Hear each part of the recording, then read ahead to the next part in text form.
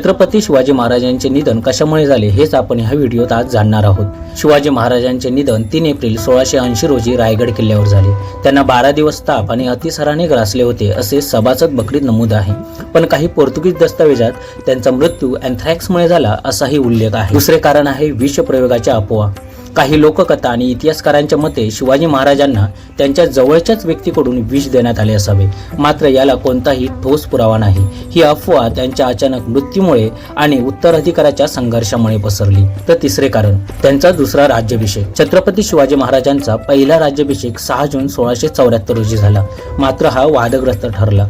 त्यानंतर त्यांनी दुसरा राज्याभिषेक 24 सप्टेंबर 1674 रोजी केला. काहींच्या मते या धार्मिक बदलांमुळे त्यांच्या विरुद्ध कट रचले गेले, ज्याचा परिणाम त्यांच्या निधनात झाला असावा. छत्रपती शिवाजी महाराजांचे अंतिम शब्द.